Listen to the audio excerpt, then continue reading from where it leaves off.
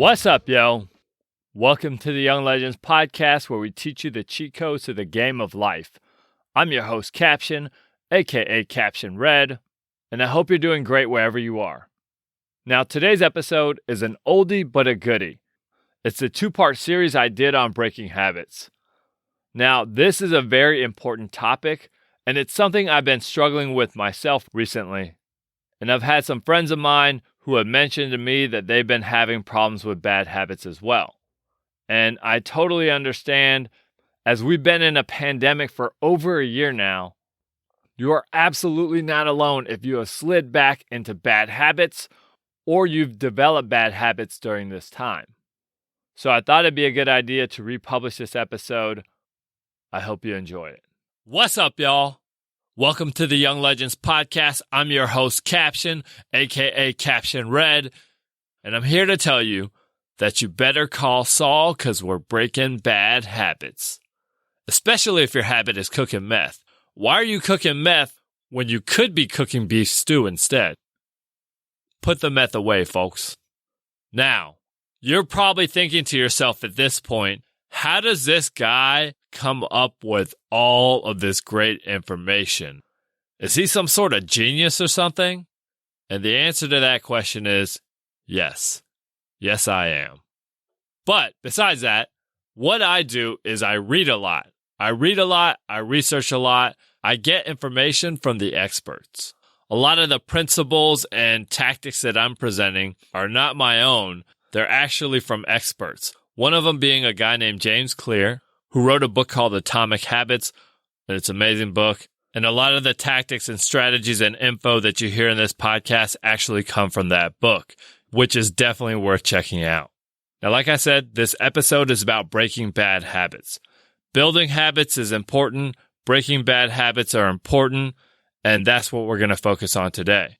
So how can you break your bad habits? First of all, you need to know your triggers. Your triggers are the things that are going to make you do bad things. They're also going to be the things that make you do good things, but we're talking about bad habits right now. Now, whatever your triggers are, if you can get rid of them, then do so. For example, if you got bad food in your house, throw it out. Delete the app off of your phone. Block and delete your ex's number. Because the best way to fight a temptation is to not have to. I'm going to say that again. The best way to fight a temptation is to not have to. Now, some of your other triggers. One of your triggers is stress. Now, some stress is unavoidable, like going on a first date, or going on a job interview, or when pirates try to board your private yacht. That happened to me just the other day. But it's all good. I took care of it. Let's just say they're a little tied up at the moment, if you get what I'm saying. If you catch my drift. If you're picking up what I'm putting down. Now, in all seriousness, you need to try to be as stress-free as possible. 3 of the top ways to manage our stress. Number 1, get a good night's sleep. Sleep is super important. It's super helpful in combating stress, and most people don't get enough of it. Now, the average person needs 8 hours. You might need a little more. You might need a little less, but that's a good place to start. Exercise. Exercise helps me in 2 ways. Number 1, it puts me in a good mood, which helps me deal with stress, but it also helps me deal with stress as I'm going through it. Sometimes a good run is all you need to get the anger and frustration out. Meditation. Let me tell you something about meditation. I just recently started meditating, and it works. It helps you fight stress in 2 ways. Number 1, it helps you to get calm, to put you in a good mood so you can deal with stress. But also it helps you to deal with stress as you're going through it. Now, you may already know about dopamine, but dopamine is a hormone that releases in your brain that makes you feel good. Now, there are good ways to get dopamine and there are bad ways. And the bad ways are your bad habits.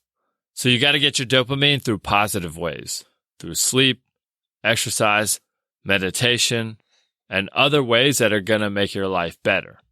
So, know your triggers. Remember, triggers are the things that cause you to engage in bad habits. There's emotional triggers. Some common ones are sadness, anger, envy, but there are others, and you need to be mindful of the ones that are your emotional triggers. And remember to not be in places where you'll practice your bad habit when you are having an emotional trigger. So if you get home and you're having an emotional trigger and you're a binge eater, then don't go inside. Or if you're going to end up vaping, don't go inside. I know that sounds a little crazy, but instead of going inside, maybe you need to listen to some music to calm you down, or maybe you do some exercise, some push-ups. Maybe you climb a tree. You could call a friend. You could meditate. Whatever you got to do to get your mind right so you won't end up practicing your bad habit. Environmental triggers. Here's the thing. There's a sofa in my house that when I lay on it, I almost always end up vegging out on it. Sometimes I wish I had a bunch of cats to sit on that sofa to keep me off that sofa, but then I'd have to have a bunch of cats in my house, and I ain't trying to do that, so that ain't going to work.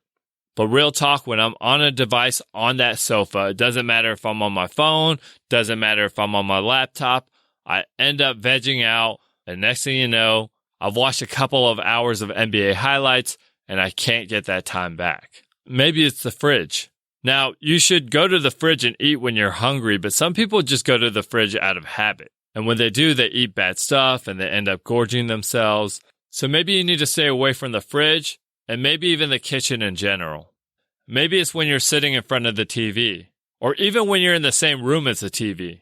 You end up binge watching, you'll watch an entire season on Netflix, and the next thing you know, your whole day is gone, and your brain is complete mush.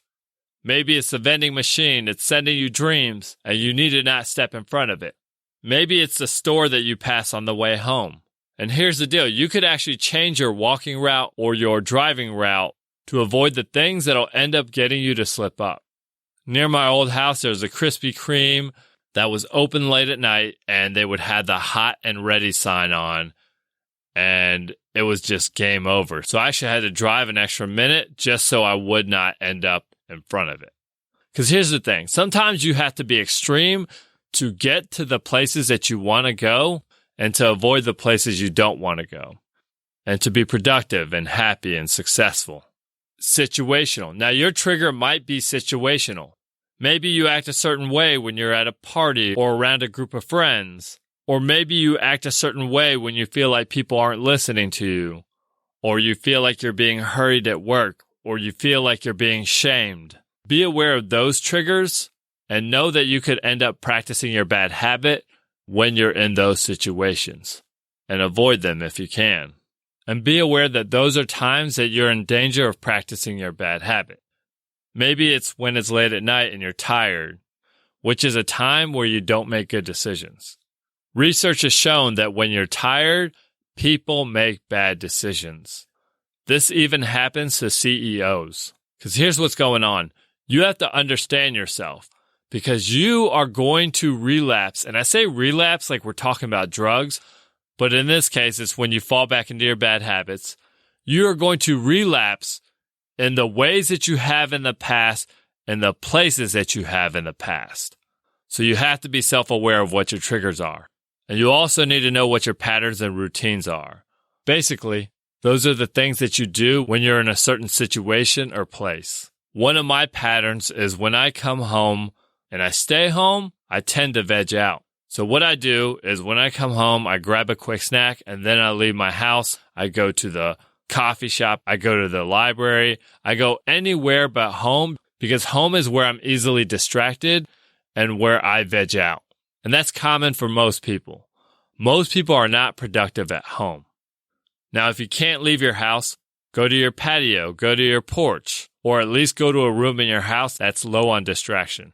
So you got to know your patterns and your routines so you can change them or work around them if they cause you to be unproductive. And set reminders on your phone. Set reminders on your phone to do stuff around the house. Because the key to breaking bad habits is not to do nothing, but to have something to do. So you got to substitute that bad habit with something that's productive and not destructive. And you have to have a plan for when the triggers kick in. You have to have an if-then plan. Like, if I get tempted to get on social media, then I'm going to go outside. Or if I get tempted to start vaping, then I'm going to go do some push-ups. Or if I get tempted to call my ex, then I'm going to call 911 instead. And let me tell you something. That second phone call will probably get you in a lot less trouble than that first one. All right, so that's all I got for this episode. There will be a part 2 to Breaking Bad Habits. But until next time, peace. What's up, y'all? Welcome to the Young Legends Podcast. I'm your host, Caption, a.k.a. Caption Red. And I'm here to tell you that we're going to the top with this knowledge that I drop. And then I'll drop the mic. They say he's mad savage. My name ain't Walter White, but I'm breaking bad habits. Now, you want to know what one of the worst habits is? Besides cooking meth, using the same joke 2 episodes in a row. That's like eating the same thing for dinner and then the next day for breakfast, and it's not pizza. It's just wrong, okay? I'm wrong. I'm sorry. Now, like I said in the previous episode, the episodes that I'm doing on habits and any future episodes that I do are not just based on my own thoughts. They're actually based on research done by experts who have dedicated their lives to help people by figuring out what works and what doesn't. So therefore, understand that you're getting the very best information right now. Now, I want to give another shout out to James Clear, who wrote the book Atomic Habits, but also to all the other experts out there working hard to make sure that our lives become better. Now, in order to break a habit, you have to make that habit invisible. You got to hide your remote. You got to turn off your phone. You got to put it on Do Not Disturb. You need to put it in another room, because when something is out of sight, it becomes out of mind. Now, I have this device. It's called the kitchen safe. It's not an actual safe. It's actually a plastic container that has a time locking device. And you can lock it for 1 minute. You can lock it for 30 minutes, an hour, all the way up to 10 days. And you can put whatever it is that's your bad habit in there, whether it's a snack or a vape, or maybe even your cell phone, your remote control, whatever it is that causes you to slip up, you can put in there, lock it up, and it basically becomes invisible because you can't get tempted by something that you can't access. Also, in order to break a habit, you need to make it unattractive. So let's say you have a problem overeating or eating things that you shouldn't. What you could do is you could take a picture of an overweight celebrity and tape it to the box of pizza rolls or to the cinnamon buns, and that'll remind you, hey, I don't want to look like that person, and that will make the food unattractive to you. Or you could take a picture of an attractive celebrity to remind you of what you do want to look like. Maybe you can even take a picture of the guy or the gal that you're interested in and tape it onto it to remind you, let's make healthy choices, let's stay lean, and break this bad habit. Now, it would be funny, though, if they ended up coming over for maybe like a school project, and then you opened up your fridge, and there is a box of pizza rolls with their picture on it. I imagine that'll be a pretty awkward moment. Now, what else can you make unattractive?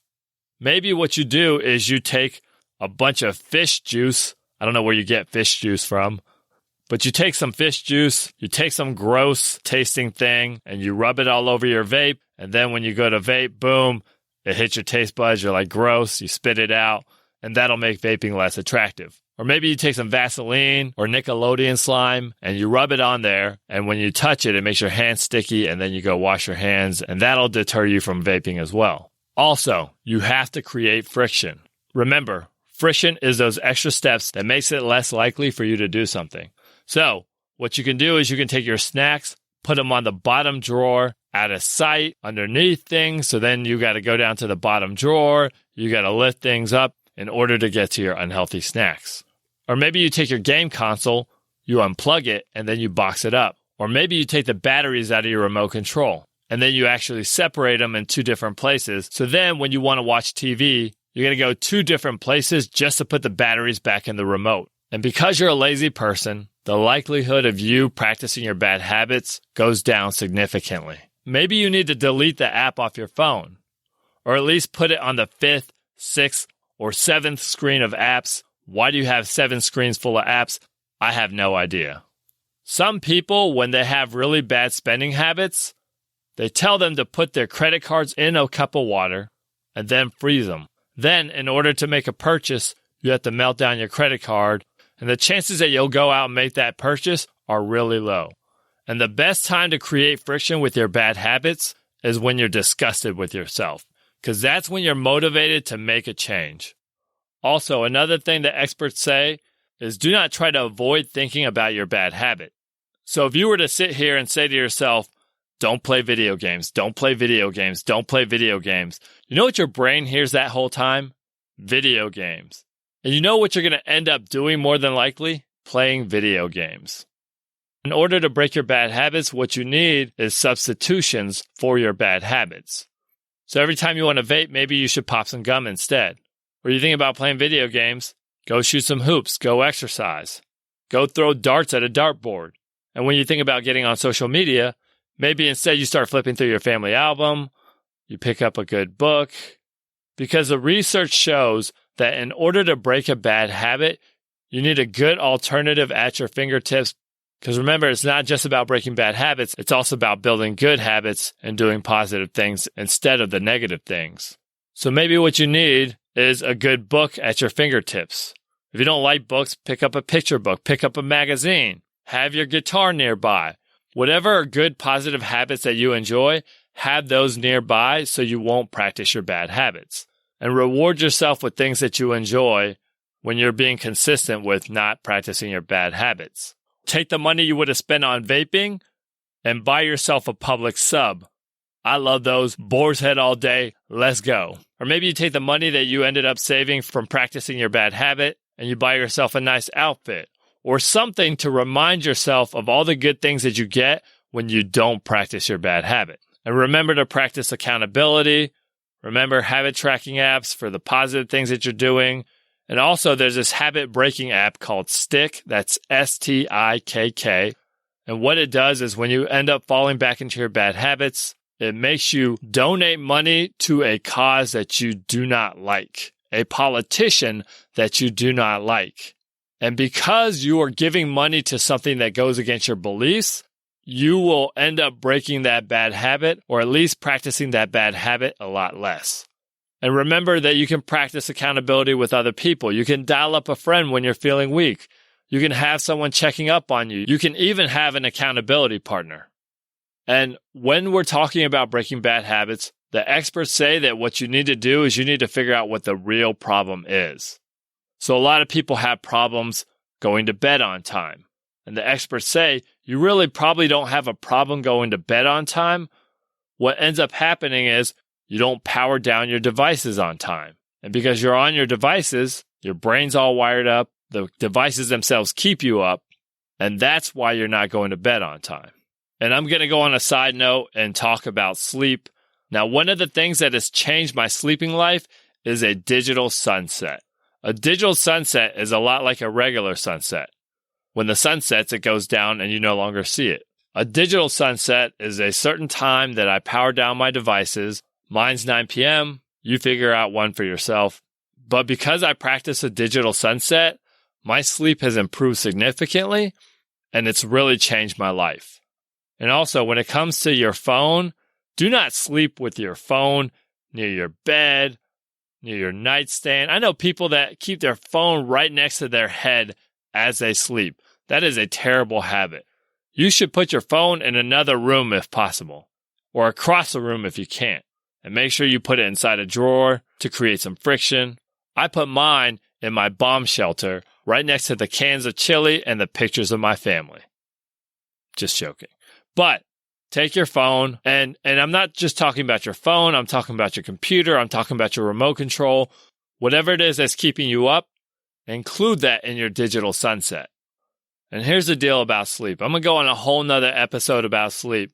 But you got to understand that sleep is one of the most important habits to practice. One of the things that LeBron James attributes to his success on the basketball court is getting enough sleep. And a lot of celebrities say this. Sleep is super important. It's more important than eating right. It's more important than exercising. It's more important than not cooking meth. Sleep is super important, and you got to make sure that you get enough so that you can be your best. So remember, when it comes to breaking bad habits, make sure that it's invisible, make sure that it's unattractive, make sure that you create some friction, and also practice some accountability. And one last thing, get a good night's sleep. If you do all these things, you will be successful and your life will change. All right, so that's all I got for this episode. This concludes the series on building and breaking habits. I hope you enjoyed it. And until next time, Peace out. All right, so that's the episode. I hope you enjoyed it. I hope you learned a lot from it. And if you are enjoying this podcast, don't forget to hit the follow button so that you won't miss future episodes. Also, if you have someone in your life that needs to hear this episode, please share it with them. All right, so I'm going to end on this. Today is the day that I am fully vaccinated. 2 weeks ago today, I got my second dose, and now I'm in the clear. And I tell you what, it's an amazing feeling to know that you're very much protected from COVID. Of course, I'm going to continue to be careful, but the feeling of freedom that I have right now is fantastic. And I highly recommend that you go and get vaccinated yourself so that you can feel this same feeling. All right, so that's all I got for now. Until next time, peace.